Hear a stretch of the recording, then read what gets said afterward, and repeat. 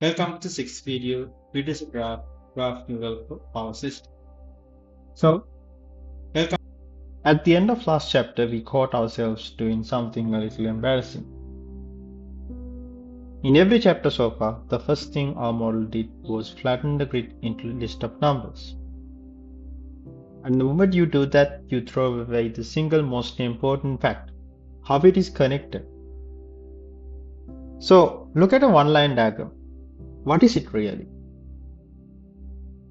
Dots joined by lines, substations, buses joined by transmission lines. That is exactly and literally a graph, nodes and edges, which raises a question nobody asked for 5 chapters. What if we built a model that worked on graph directly? That is called graph neural network. The core idea is genuinely beautiful and genuinely simple. Give every node, every bus, a small vector describing its state, its voltage, the power injected there. Now here's one round of algorithm I can show you. Every node looks at its neighbors, the buses it's directly wired to, and gathers up their information. It uses that to update its own. That is the whole move. Message passing step. Do it once and every bus knows about its immediate neighbors. Do it again and that information has traveled 2 hops out. A few rounds, a signal at one bus has rippled across the whole network, but only along the wires. A plain network handed a flat list has no idea that bus 7 sits beside bus 8 and far from another bus. So it must learn that painfully from data. The graph network get it for free. We build the wiring in. So where does this pay off?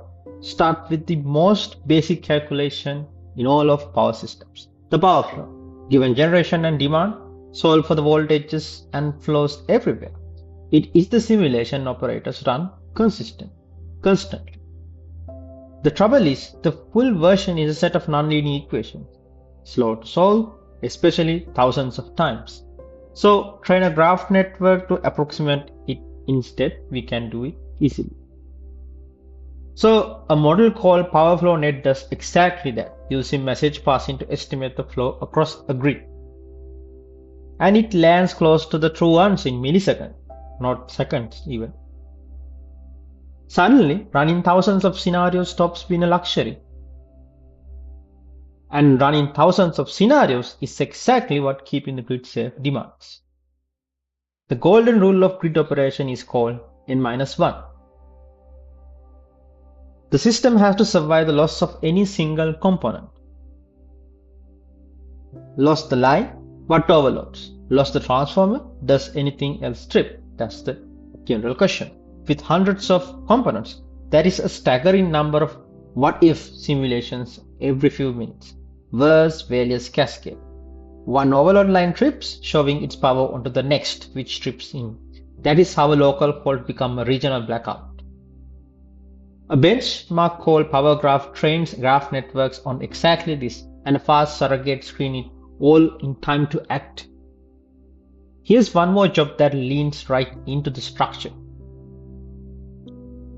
When a fault strikes, electrical signature does not stay put. It ripples outward to neighboring buses, fading with distance.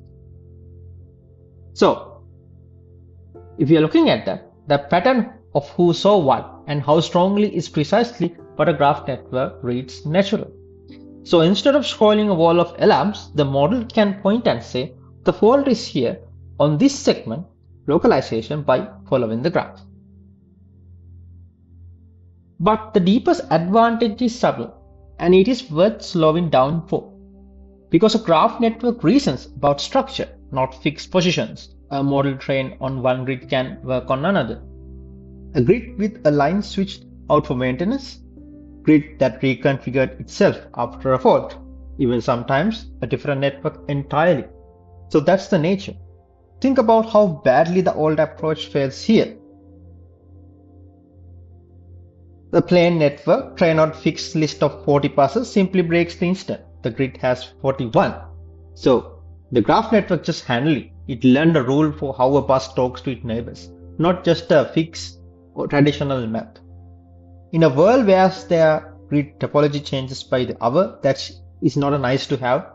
It is the entire point you should understand. Now, honestly, graph networks need to know the topology, and that wiring is not always perfectly known. Stack too many message paths in rounds and every node blurs into every other. The quirk called oversmoothing. And like all deep learning, they are hungry for labeled data, painfully scarce for rarest form. But look at what we have gained. For the first time, our model respects how the grid is actually wired. And yet, even now, it does not know any physics. You can train it to output a power flow that looks sensible and still quietly violates the conservation of energy. So researchers now project that output back onto the physical laws, forcing it to obey a culture of rules. So what if we could bake the laws physics into the model itself, that is physics-informed AI? So let's talk about in the next video.